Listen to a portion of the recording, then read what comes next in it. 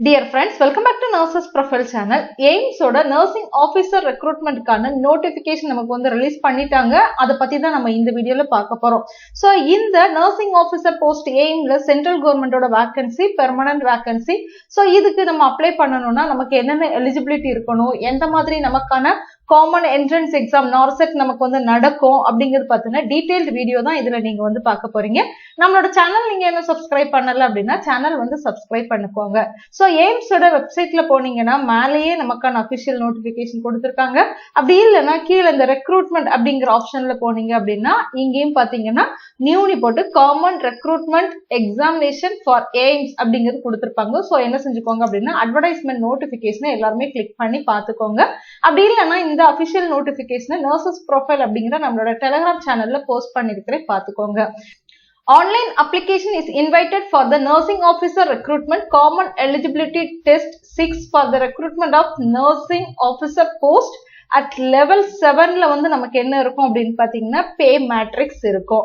So இந்த official notification வந்து 26/2/24 அன்னைக்கு நமக்கு என்ன செஞ்சிருக்காங்க அப்படின்னா ரிலீஸ் பண்ணிருக்காங்க. சோ இதுல அப்ளை பண்றதுக்கு யார் யார் எலிஜிபிலிட்டி அப்படின்னு பாத்தீங்கன்னா பிஎஸ்சி கான்ஸ் நர்சிங் இல்லைன்னா பிஎஸ்சி நர்சிங் நீங்க கம்ப்ளீட் பண்ணி நம்மளோட ஸ்டேட் நர்சிங் கவுன்சில்ல நீங்க என்ன செஞ்சிருக்கணும் அப்படின்னா ரெஜிஸ்ட்ரேஷன் பண்ணிருக்கணும். ஏதாவது ஒரு ஸ்டேட் நர்சிங் கவுன்சில்ல நீங்க என்ன செஞ்சிருக்கணும் அப்படின்னா ரெஜிஸ்ட்ரேஷன் பண்ணிருக்கணும். இல்லைன்னா போஸ்ட் பேசிக் பிஎஸ்சி நர்சிங் நீங்க கம்ப்ளீட் பண்ணியிருந்தாலும் என்ன செய்யலாம் அப்படின்னா நீங்க வந்து இந்த போஸ்ட்டுக்கு வந்து அப்ளை பண்ணலாம். பட் கண்டிப்பா உங்களோட கோர்ஸ் முடிச்சுட்டு நீங்க நர்சிங் கவுன்சில்ல ரெஜிஸ்ட்ரேஷன் பண்ணி அந்த ரெஜிஸ்டர்ட் நர்ஸ் அண்ட் மிட்வைஃபரி அப்படிங்கிற சர்டிபிகேட் கிடைச்சதுக்கு அப்புறம் நீங்க என்ன செய்யலாம் அப்படின்னா இதுக்கு வந்து அப்ளை பண்ணலாம். So B Sc nursing post basic B Sc nursing படிச்சவங்க அப்ளை பண்ணலாம். அது மட்டும் இல்லாம diploma in general nursing and midwifery GNM of course முடிச்சவங்களும் என்ன செய்யலாம் அப்படின்னா அப்ளை பண்ணலாம். நீங்களுமே உங்களோட கோர்ஸை கம்ப்ளீட் பண்ணி நம்மளோட நர்சிங் கவுன்சில்ல என்ன செஞ்சிருக்கணும் அப்படின்னா ரெஜிஸ்ட்ரேஷன் பண்ணிருக்கணும்.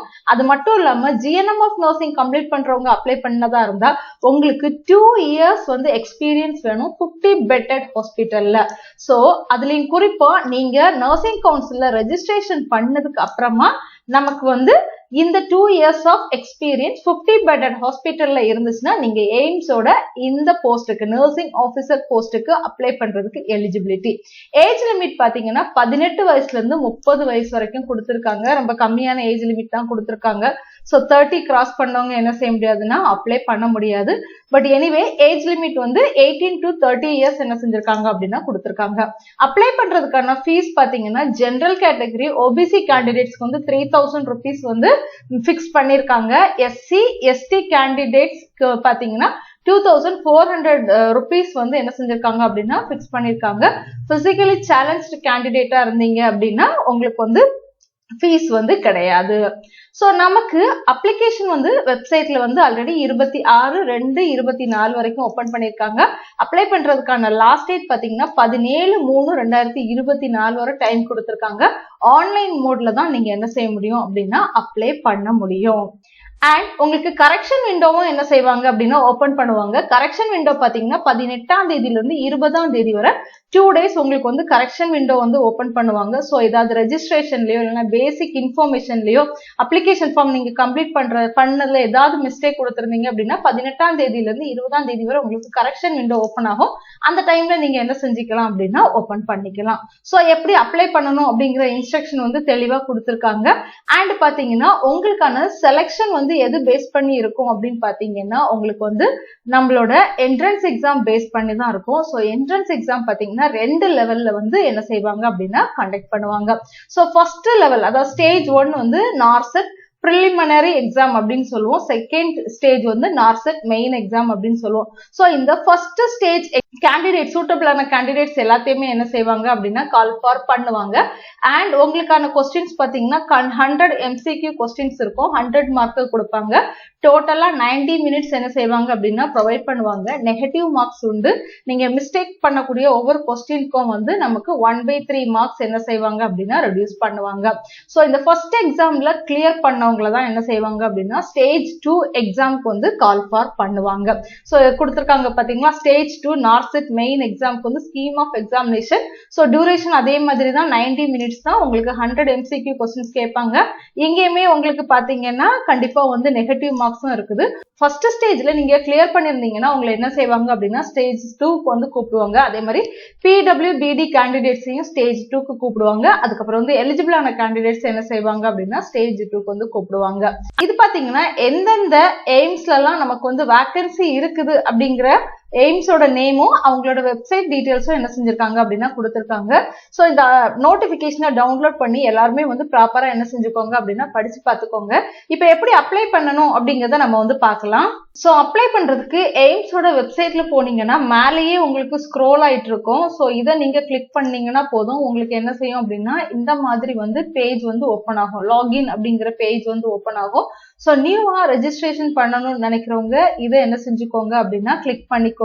கிளிக் பண்ணீங்கன்னா உங்களுக்கு இந்த மாதிரி தான் பேஜ் வந்து ஓப்பன் ஆகும். ஃபர்ஸ்ட் நீங்க உங்களை ரெஜிஸ்ட்ரேஷன் பண்ணணும். செகண்ட் வந்து குவாலிஃபிகேஷன் அண்ட் அட்ரஸ் டீடைல்ஸ் கொடுக்கணும். மூணாவது உங்களோட எக்ஸ்பீரியன்ஸ் டீடைல் கொடுக்கணும். நாலாவது மேக் பேமெண்ட். அஞ்சாவது உங்களோட என்ட்ரன்ஸ் எக்ஸாமுக்கான சிட்டியை நீங்க என்ன செய்யணும் அப்படின்னா சூஸ் பண்ணணும். உங்களோட இமேஜ் அண்ட் போட்டோகிராஃப்ஸ் எல்லாமே என்ன செய்யணும் அப்படின்னா அப்லோட் பண்ணணும். ஃபைனலா உங்களோட அப்ளிகேஷன் ஃபார்மை நீங்க என்ன செய்யணும் அப்படின்னா பிரிண்ட் அவுட் பண்ணி எடுக்கணும். ஸோ உங்களுக்கான என்ட்ரன்ஸ் எக்ஸாம் என்னைக்கு நடக்குது அப்படின்னு பாத்தீங்கன்னா ஸ்டேஜ் 1ஓட எக்ஸாம் வந்து 14th April 2024 சண்டே அன்னைக்கு நடக்குது. ஸ்டேஜ் 2 பாத்தீங்க அப்படின்னா அதாவது நார்செட் மெயின் எக்ஸாம் வந்து டேட் 5 மே மாசம் 5ஆம் தேதி உங்களுக்கு வந்து சண்டே வந்து நடக்குது.